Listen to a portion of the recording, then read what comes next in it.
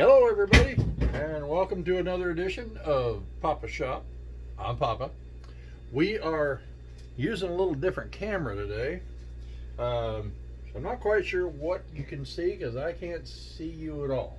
So you, I'm pretty sure I left the old goat here so that I can kind of have some kind of a base of what you're looking at. So anyway, thanks, buddy. It's time to go. All right, so today I brought the old lawnmower out. It's about time to start mowing the yards and stuff. And so I figured this would be the best time as any to kind of go through some lawnmower maintenance. So this is pretty much something that you should do when you first drag it out, before you mow any yards or anything for the year. Just do a little maintenance on it.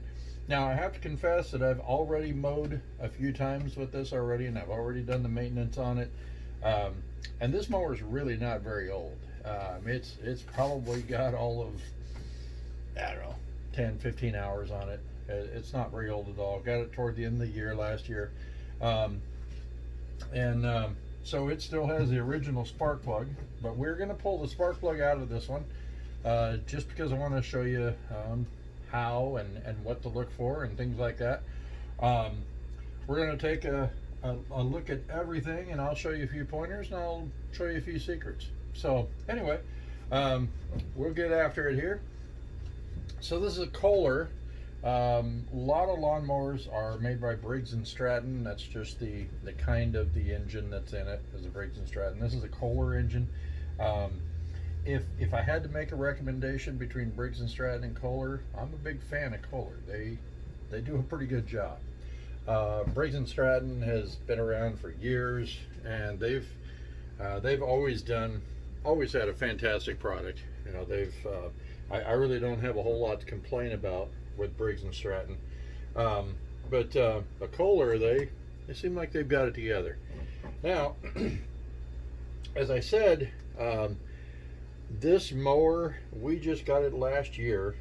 I very, very seldom ever blow an engine out of a mower. I'm trying to remember the last time I blew an engine out of a mower, and I honestly can't remember.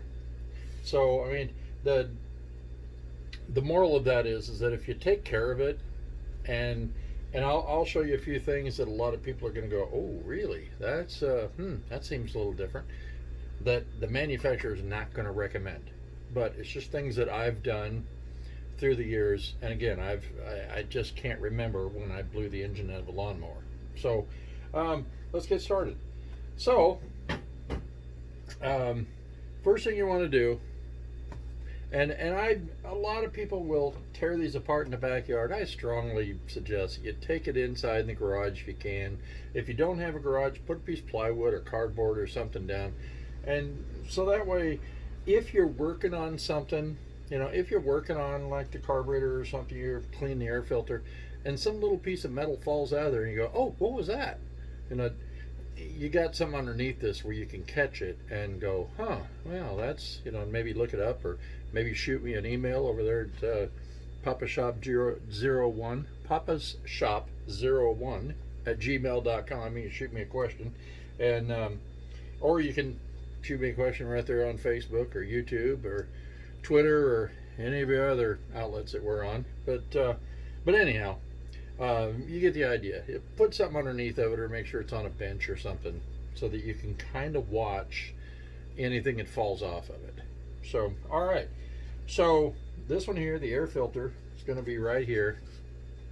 Now, I've had a lot of people tell me different things about air filters and things.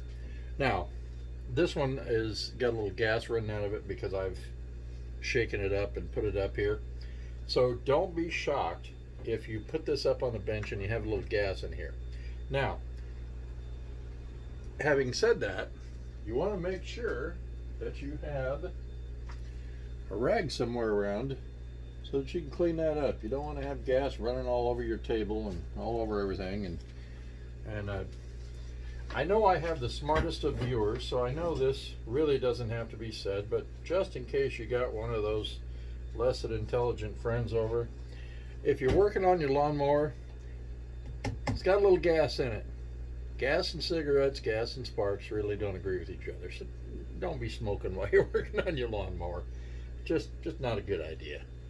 Um, so anyway, a lot of people will just blow the air filter out with a little air or something. If you're working on a truck or even a car, you know, that's not a bad idea. But if you've got some of like a wash and shine, you know, a little bit of air in a can, you know, something like that. These aren't really very strong papers, so you don't want to get crazy with the air pressure. I mean, I've got a big air compressor back here behind the shelf that we could turn on and hit it with, you know, 250 psi of air, and then we would weaken that paper in there. So, you know, and a lot of people, if you talk to Toro, if you talk to Kohler, they're going to say every year just replace your air filter. You know, well, okay, it's a few bucks for an air filter, and probably doesn't hurt, you know, to just throw a new one in there. You want to do that, but what I'm telling you is, don't break it if it ain't fit. Don't fix it if it ain't broken. Well, I'm tongue-tied today. So anyway, how I do this is I just kind of pull this thing back. Let me get it up here so you can see. And I'm hoping you can see all this, because this camera that we're using today, it's a great camera, but yeah, like I said, I can't see what you're looking at. So if you don't have a good vantage point, I really apologize. But I'm going to try turning this around here, and I just kind of just spray a little bit of foam in there like that, and then just tap that thing out on the bench. See there? You got pretty much all that. Now you're not going to get that paper white again. That paper's never going to be white again, you know. But if you tap it out on a clean bench, or, you know, just tap it on your old grease rag, you know, just something to knock the crud out of it, and that's really all it needs. It doesn't need anything fancy. Now, of course, this is going to be a little damp when you put it back in here. Don't worry about that. It's going to start, and it'll dry that thing out in no time. So we'll put this thing back in here. Get a little crud up there. Something else that you want to do is you want to make sure that you get the crud off of, if you have this kind of an air filter, just kind of rub this crud off of here. This is all just gonna, once this dries again, it's all gonna turn to dust, and it's all gonna go right back in there. So I mean, it's not gonna do a whole lot of evil in there, but regardless, you know, let's put it in the correct way.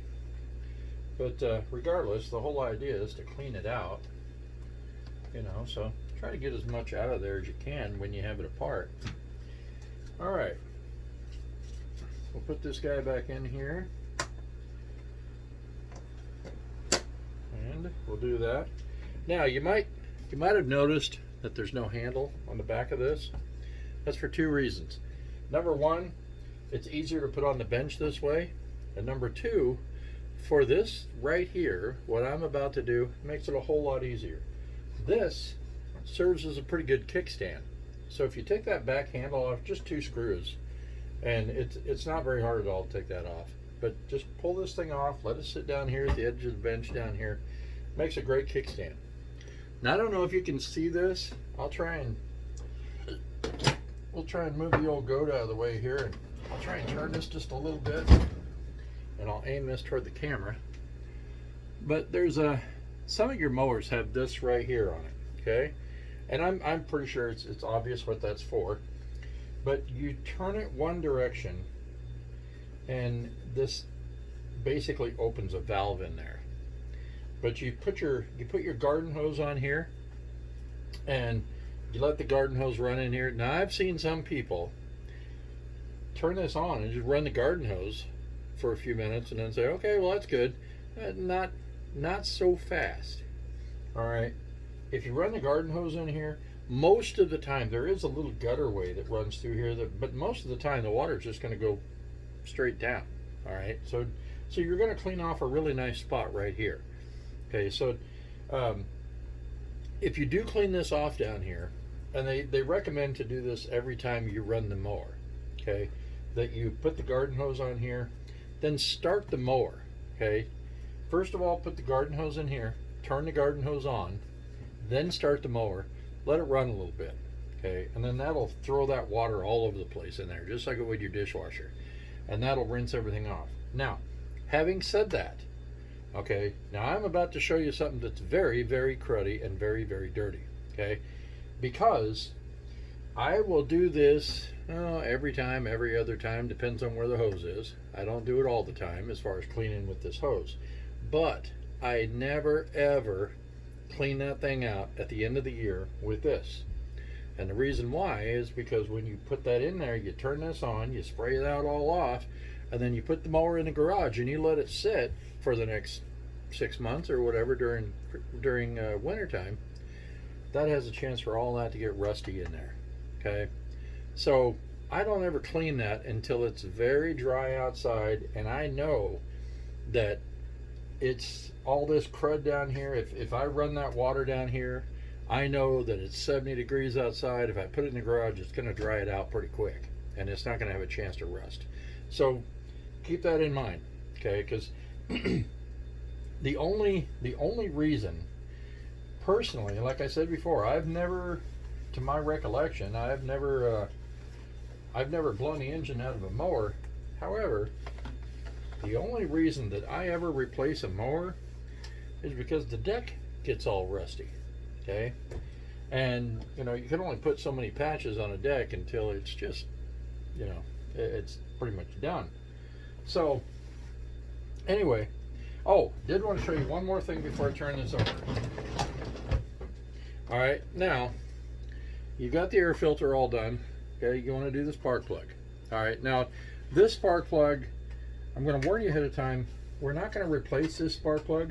However, next year, when I pull this thing out of the garage and I do this again, I'm going to replace that spark plug with a, you guessed it, an NGK spark plug. We're not going to do the cheap ones, not going to do the Autolite, you know, all that kind of, you know, we're not going to do those. We're going to do it with a good quality spark plug. Okay. This one still has a Kohler spark plug. I don't even know what brand that really is. They just stuck their name on it. So, but before I pull this spark plug out, I want to tell you something that I do with all my mowers that I have done since as long as I can remember. I have 2 cans for my gas. Okay, I have a regular gas with no oil in it, and then I have my 2-stroke gas that I have mixed up for my chainsaws and trimmers and all that kind of stuff.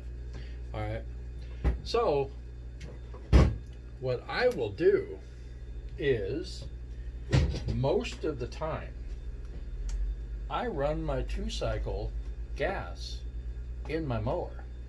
All right, now, and before you guys all freak out and go, it doesn't belong in there, no, but you'll mess it up, okay, hear me out for a minute. Okay, when you use your 2-cycle gas, what's the difference between your 2-cycle gas and your regular gas? You put some oil in it. What happens when you put oil in a vehicle? Well, you put oil in anything, it lubricates. All right, so anything that gas is going into, that oil is lubricating to some extent. Now, whatever doesn't lubricate, it gets just burned off.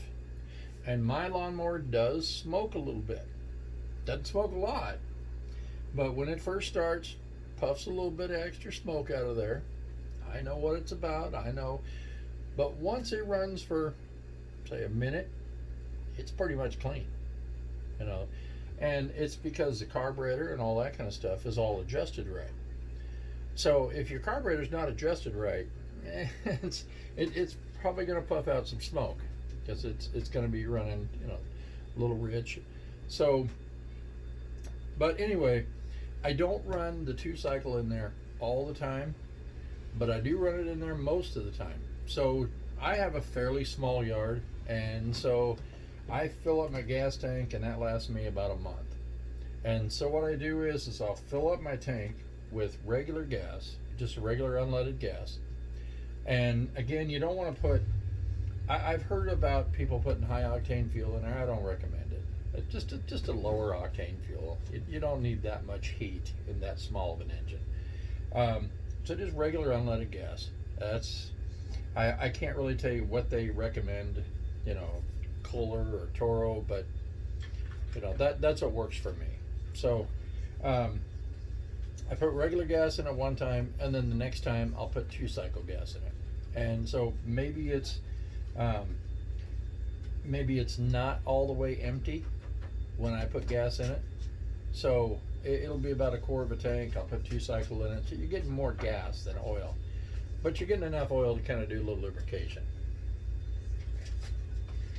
So now I wanted to tell you that because we're going to pull this spark plug out. And I know anybody that's thinking about that and they're going, oh my gosh, you're putting oil in the gas. What? Oh, that spark plug must look like, oh, that must be horrible. Well, I'm going to tell you this. I have not taken this spark plug out since I bought this mower. And like I said, this mower has only had 2-cycle gas in it. I have not used it enough, really, to put regular gas in it. So it has, since day one that I got it, this mower has had nothing but 2-cycle gas. So to tell what an engine is doing on the inside, the best way to find out, besides doing a bore stroke, is to look at the spark plug. So let's take a look at the spark plug. And this is going to be, I know what I'm about to look at because I've seen it in some of my other spark plugs. Take a look at that. Can you see that? Now you would think pouring oil in your gas would be very, very dirty. Okay, it's dirty right around the edge, right around here. But look at the spark point. Let me grab a pencil here. Look at the point of contact. See that? Maybe I'll hold it out a little bit there. There you go. See, that looks just as good as regular gas. All right. So that's what's going on inside there. So I will take all the criticism you want to hand to me about using 2-cycle gas in a lawnmower. However, next year, and I'm not going to do it today, but next year, I'll bet we could take everything apart out of here, and I'll bet you'd find that it's very, very clean because you're lubricating everything in the block, and anything in the combustion area is getting lubed as well. I also should say about this little gun that I'm using, I don't recommend putting spark plugs in with a gun, except if you have something like this one. This little guy, the battery doesn't work very well on it, and so I don't really get a whole lot of juice out of it. And so if you've got something like that where you can put minimal torque on that thing, you want to tighten it down, but I've seen some of these where they get so darn tight that you can't get them out at all. All right, now we're going to flip this up here. Let me grab one thing here. There's something that you guys should be using on your lawnmowers if you ride a motorcycle, or if you have stuff that has chains. If you got any kind of something that needs to be protected, that you'd like to have some kind of a barrier between the metal and the elements, this stuff right here is the bomb. This is it, guys. It's Amsoil MP HD. It's actually a motorcycle chain lube. I don't ride much motorcycles anymore, but I used to, and I used to have a motorcycle shop actually that I worked on motorcycles, and I've done my own tests on this. This is basically a dry wax-like film that lubricates chains, hinges, nuts, bolts, and does not attract dust. Also works well as an undercoating. So you always, when you get this thing, and now I've had this goes a long ways. I mean, I've had this can around for, oh gosh, at least 10 years, and it's still pretty full. I'd say it's probably here anyway, 3/4 of it, you know. So it doesn't sling off, it doesn't attract dust, prevents rust. So you spray this on here, I mean, nothing's going to kill rust 100%, but this is going to do a mighty fine job of keeping it off. This is going to displace water, and if you watch our other videos, you've seen about, you know, WD-40 and that kind of thing, water displacement. So that's a very important thing. This thing lasts a long time. I used to live in the Midwest, and I'd take a motorcycle, I'd drive a motorcycle up to Sturgis, and I'd spray this stuff on my chain, like on my old 750 Honda, and I'd spray this on the chain and then take off and go up there, and it was, a few days ride up there anyway, 3 or 4 days. And before I left, I'd spray this on the chain, and then I'd spray some water on it just to see if it would bead off of it, make sure that I got everything.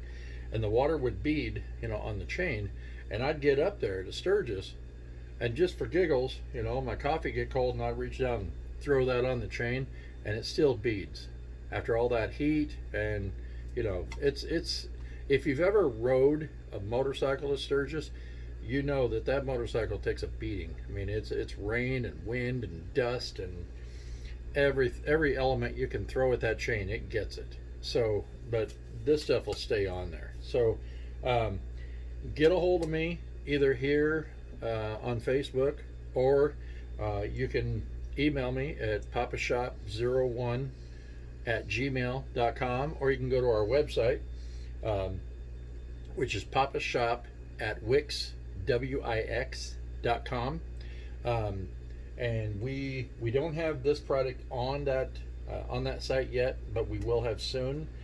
You can just send me a request for it on the website there, and I'll get you hooked up with it. I can also get you a preferred customer status with these guys, and you can get this stuff dirt cheap. So anyhow, it's not an aerocoil, because it doesn't eat acid or any, you know, it doesn't acidize any kind of rust or anything, but it prevents rust. So it's kind of like WD-40 on steroids. So anyway, done selling you stuff. Let's turn this thing upside down. Let's see all the mess. And this is going to be very, very dirty. Now, when you do this, I know you're not really paying attention to me because you're looking at all the crud down here.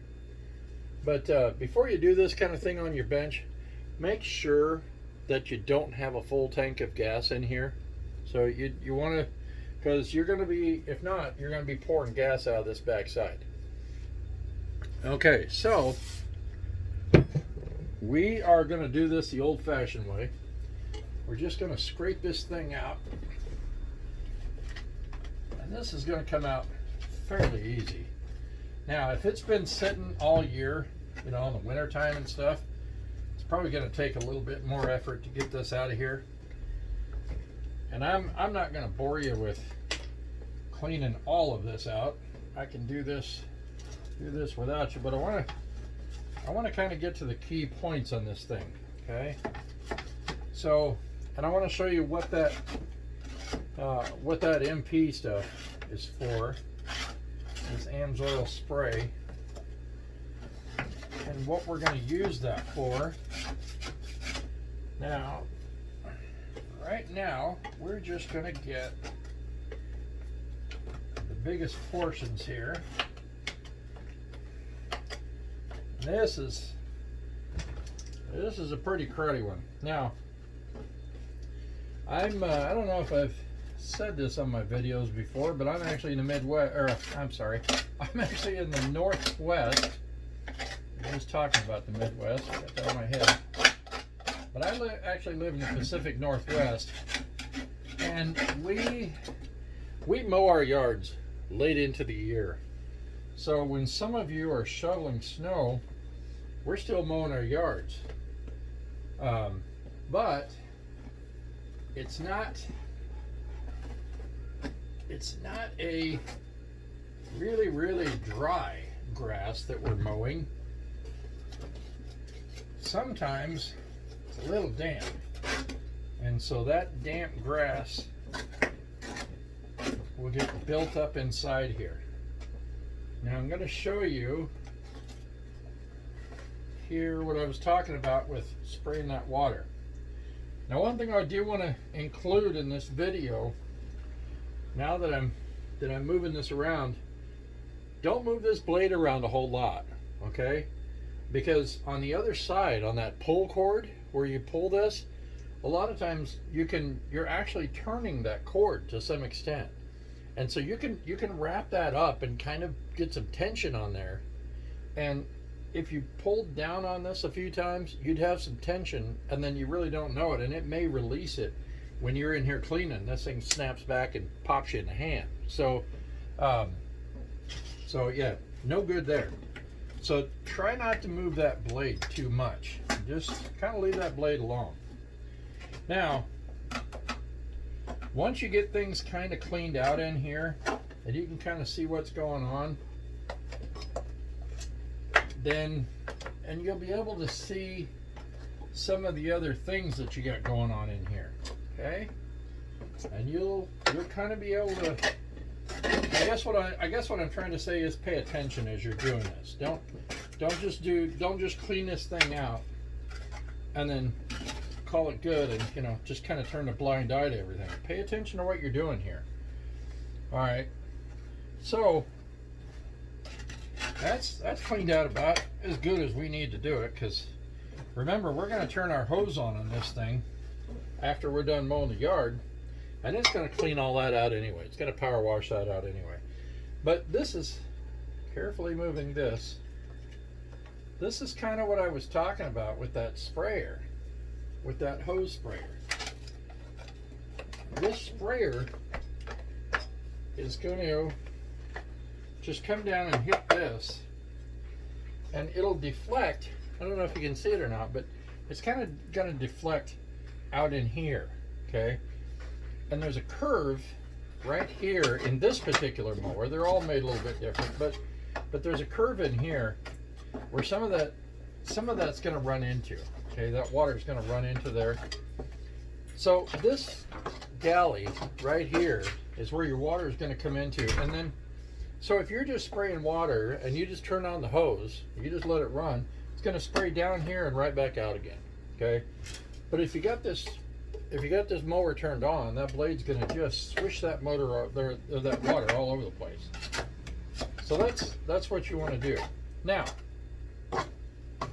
all right, Papa, so why did you try to sell us on that can of stuff? Because we don't see anything yet that needs any of that. All right, well, so this one has a front drive, one of those lazy man pushers. So it's got a little gearbox up here. Now, you don't have the vantage point that I do, but if you're tearing your mower apart and you've got one of these, you'll be able to see it. But down in here, you can't really get into this box. You can tear this apart, but I recommend you don't, because there's some small gears and things like that. And if this is all working fine, don't go tearing this thing apart. Something's going to fly out of there. You're going to have a heck of a time putting it all back, and then it won't work right. And so if, again, you know my saying, if it ain't broke, don't fix it, okay? So if this runs okay and all is fine here, then don't worry about that. Now, what I do recommend, take all this crud, because you're going to have something wrapped around the axles. So take this stuff off the axles right here and just rub that stuff off of there. And it doesn't have to be perfect, because as soon as you go back outside, it's going to be back on there again. But what I do recommend, take a little bit of brake cleaner, or something. I mean, if you got a garden hose, you can use a garden hose too. Again, put your cigarette away. Do not smoke cigarettes while you're running brake cleaner. Okay, you shouldn't have it anyway because you got a gas tank here. We've already talked about that. But anyway, spray all that off back in there. There's a couple of pulleys back in there, and on the top side of this, the gear goes down into here. Okay, on the top side, and there's a bearing that's right on the top side of this that you can't see. You'd have to tear all this apart in order to get to it. And you don't have to get crazy with the brake cleaner. You just, brake cleaner, water, whatever. It doesn't have to be 100% perfect in there, because now you're going to spray this stuff in there. Okay, and so the reason you're going to spray this in here, a few reasons. Okay, this is going to prevent any kind of rust.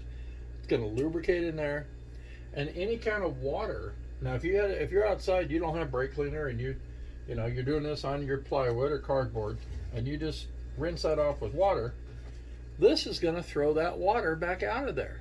Okay, when you put this thing down and the moisture from the grass starts throwing in here, this stuff is going to kick the water out, and it's going to keep it out, because it's, like I said, WD-40 on steroids. Okay, and also the other reason is, in this model there's a belt that's down in here. This is going to serve as a belt dressing, and so if there's any crud between the pulley and the belt, anything like that, this is going to get in there and dress that belt, kick that stuff off of that belt, and it's going to keep that dressing on there, and it'll make that belt last a little longer. So, and that's ideal, because it's not horrible to change those, but it seems like they're a little more expensive than what they should be. That stupid little belt that runs around there, I don't know. I'm kind of a cheapskate, but it seems like that thing is a whole lot more expensive than what it ought to be. So, anyway, it's just a little less problem that you got to deal with. But this stuff goes on like a mist, and it's not real greasy to the touch either. And you just spray. Now, you can go overboard with this stuff. Okay, you can just spray as much as you want in there, and because remember, what this is going to do is this is going to displace water.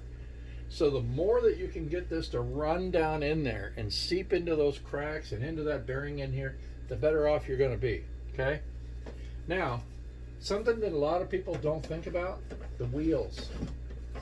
Okay, I've seen a lot of people that'll come in and say, well, the mower runs great, but I run the wheels off of it. Well, there's bearings in these wheels, and if there's not bearings, there's bushings in there.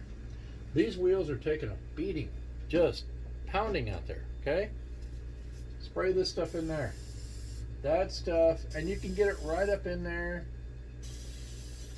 I don't ever try to really clean in here so much, just because you can start prying plastic pieces away. All this outside stuff is plastic, and you hit the wrong piece in here, you gouge some plastic, and now you've got a bad wheel. And so it's just a headache you don't want to have, and it's not that big of a deal. But yeah, just spray the heck out of those wheels.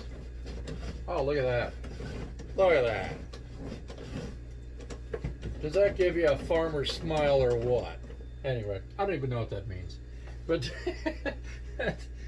we'll spray the front wheel, or I guess it'd be the back wheels.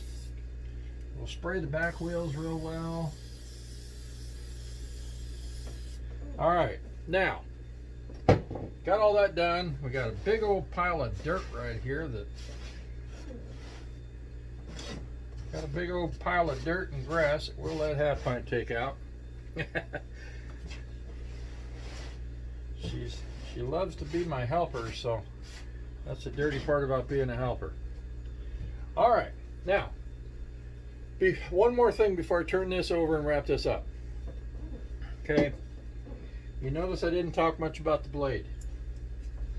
The blade is always going to get chewed up. I don't care if you've got the nicest yard around. It's always going to get dull, and it's always going to get chewed up, and this and that and the other. Do not sharpen that damn blade. Okay? Now, and you're gonna and I know what you're gonna say. Papa, wait a minute. It's dull. What do?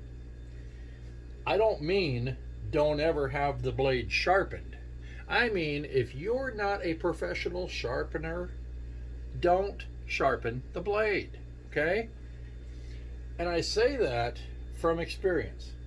Now, a lot of people don't realize this when they get out the grinder and they go, "Oh, I can knock these little edges off here." It's very, very tempting to just grab your grinder and just knock that off. Here's the thing, okay, that people don't realize. This is balanced in here. All right? If this blade, if there's a half an ounce of difference, I mean, I guess I'm not really that good at math, but I'm trying to think of the least amount of let me try to put this in a simpler way because I'm tripping over myself. Let's just say that I took a grinder and I ground this off, okay?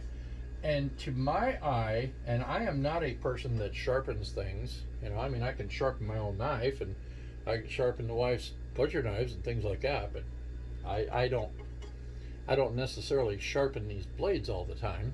If I did it every day, maybe I would know more about it. But I don't, okay?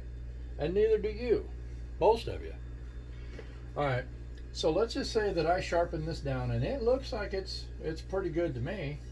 And then I sharpen this down and it looks like it's pretty good to me, but this side is sharpened more than this side. But I can't see it with the naked eye. All right, because I don't do this every day. I do not sharpen blades every single day, so I don't know. I'm just guessing. Okay, well, my guesswork is now made this blade uneven. And so as this turns, and it seems like it's not very much, but it is, just the slightest amount of imbalance on here, on this blade, will cause this to twist as it's running. And you're not going to see it. If you tip this thing upside down and you looked at it, you'd see this kind of vibrating as it went by. And you would know that you screwed up that, and if you try to straighten it out, you're not going to do it. You have gone too far, okay? Once this blade is out of balance, then it's going to, on a very small scale, it's going to push this shaft, this external shaft that comes out of the engine, it's going to start twisting that shaft just a little bit back and forth. And that tears the crap out of that bearing back in there. And pretty soon that bearing will be bad, and you'll hear a little bit of noise back there, and by the time you hear substantial noise, the bearing is already shot, torn out of there, you're leaking oil out of it, and the block is ruined. So take my advice, take Papa's advice. Do not try to sharpen this at home.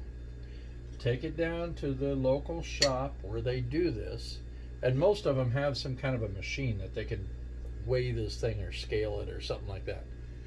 So take it down to your local shop, do that, or just buy a new one. Okay, these are going to last you. I mean, if you got a decent yard and you're not mowing bricks and stumps and all that kind of stuff, these are going to last you for a couple of years probably. But yeah, I've tried before, and then I put a stethoscope up to the engine when it's running, and as soon as I do, I can hear this thing. So it's just never a good idea. Okay, so don't try that at home. All right, now we're going to wrap all this up. We got all that put down there. One more thing, we're going to spray the stuff on. We're going to spray the MPHD on. It's right up there in that little bearing. Okay? So we cleaned all that out. We'll spray all that. And what I like to do is I like to spray the back of that block with this. It makes a coating in there. So you're not going to hurt anything. Now, you might want to spray that on here. I don't recommend it. First of all, that stuff's not horribly expensive, but it is a synthetic blend, and it costs a little bit, so this is going to be fine. It has a powder coated painting on here. You know, you're spraying any kind of protector or anything like that on there is really not, really just kind of frivolous, I guess. So we'll flip this back over again. We'll set this back down, and that pretty much wraps it up. Outside of it's still dirty, but we'll get that later on. So let me get the camera turned around here a little bit. Hey there, I can see you. All right, so that pretty much wraps up our video for today. We didn't go live today, and this is a pre-recording just because we're using a different camera and we want to make sure everything worked. So anyway, hope that you learned something, and thanks for spending time with me over here at Papa's Shop. And again, any questions, shoot them to me on Facebook, papashop01@gmail.com, or you can visit our website, papashop01@wix.com. You can find us on YouTube, you can find us on Twitter, you can find us anywhere. So till next time, happy motoring.